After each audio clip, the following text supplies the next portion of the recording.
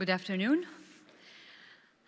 Dear Biljana, Ambassador Kapetanovic, Ambassador Žerka, Your Excellencies, ladies and gentlemen, it is a great pleasure to be with you today in the beautiful Porto Montenegro and to be given the honor to convey this keynote address at an event that has gathered a variety of leaders, politicians, business executives, sustainability experts, international organizations, civil society activists, media professionals, and dignitaries from different countries in the region and beyond.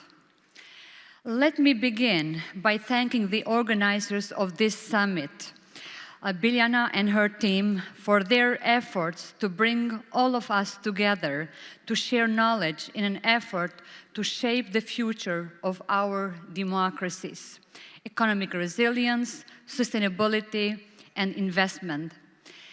This is particularly important now, given that the very foundation of the world order, as we know, it is being tested. Today, I'm going to focus on the health of democracy in our region and the perspective of European integration. As you are well aware, this region is nominally entirely composed of democracies.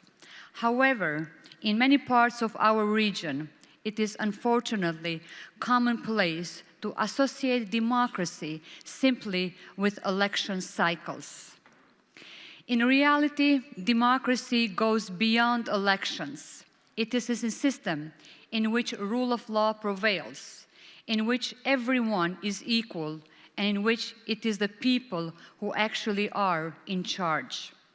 A system with separation of powers, protection of rights and freedoms, pluralism, civic participation, accountability, and transparency. No wonder that democracy in our region is sometimes nominal. In fact, we need to work actively in bringing citizens closer to the decision-making, thus truly creating functioning democracies in this part of the world.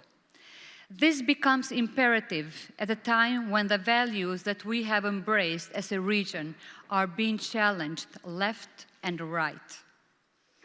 We are witnessing a tendency for democratic backsliding even among member states of the European Union.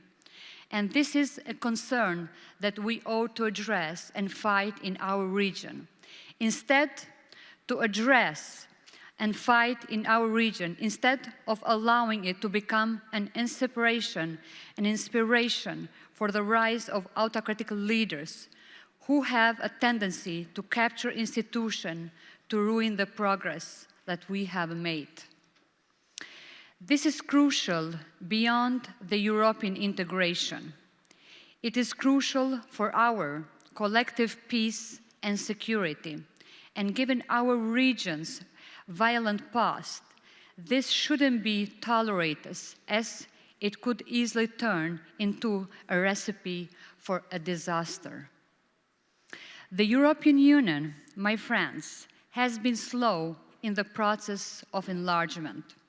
This has meant that political leaders who have been inclined towards reforms necessary for meeting the expectation of the EU have often felt abandoned, especially when these reforms have meant painful compromises, such as resolving outstanding historical disputes, whether in the case of Kosovo and Serbia, Northern Macedonia and Greece, and so on. EU's slow response has given way to rise of the populist and nationalist rhetoric that hinder the progress made and threaten the very principles that we have adopted in the post-Yugoslav period in this region.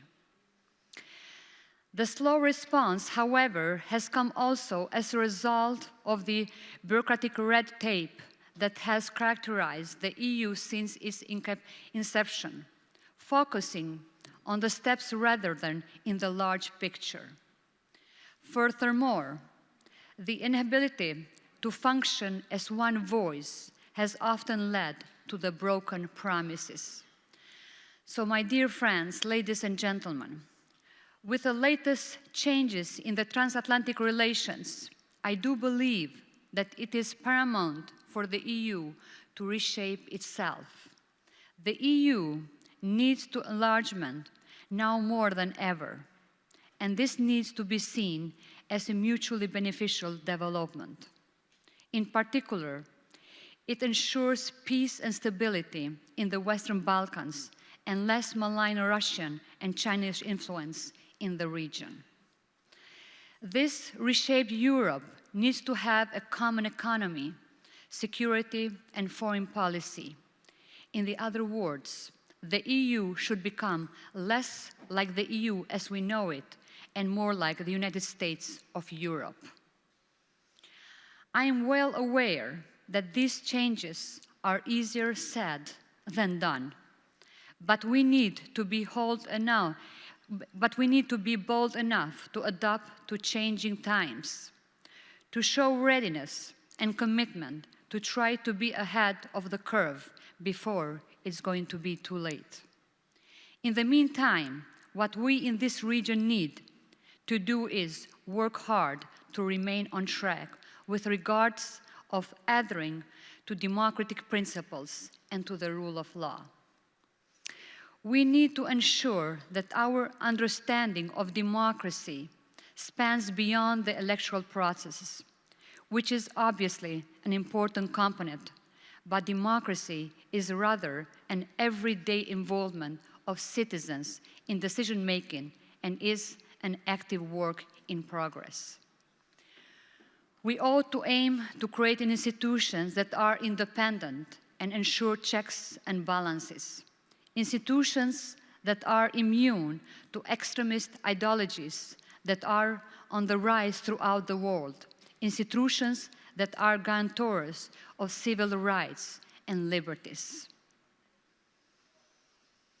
And once we achieve this, my dear friends, we can say that we have seen democracy at work in our region. But until then, we must not get discouraged and give up, or even worse, open way to populist and nationalist ideologies that are ready to exploit the emotions of our citizens with promises that are impossible to be kept and risk regional peace and stability progress. And achieving all this requires a joint efforts, requires an active participation of all strata of society, including women, in discussions and ensuring the voices of non-majority communities and underrepresented groups are taken into account also. Their voices must not be afterthought. Change cannot rely solely on the goodwill of the male politicians. We need everyone, women and men, working together for a more democratic, resilient, and inclusive future.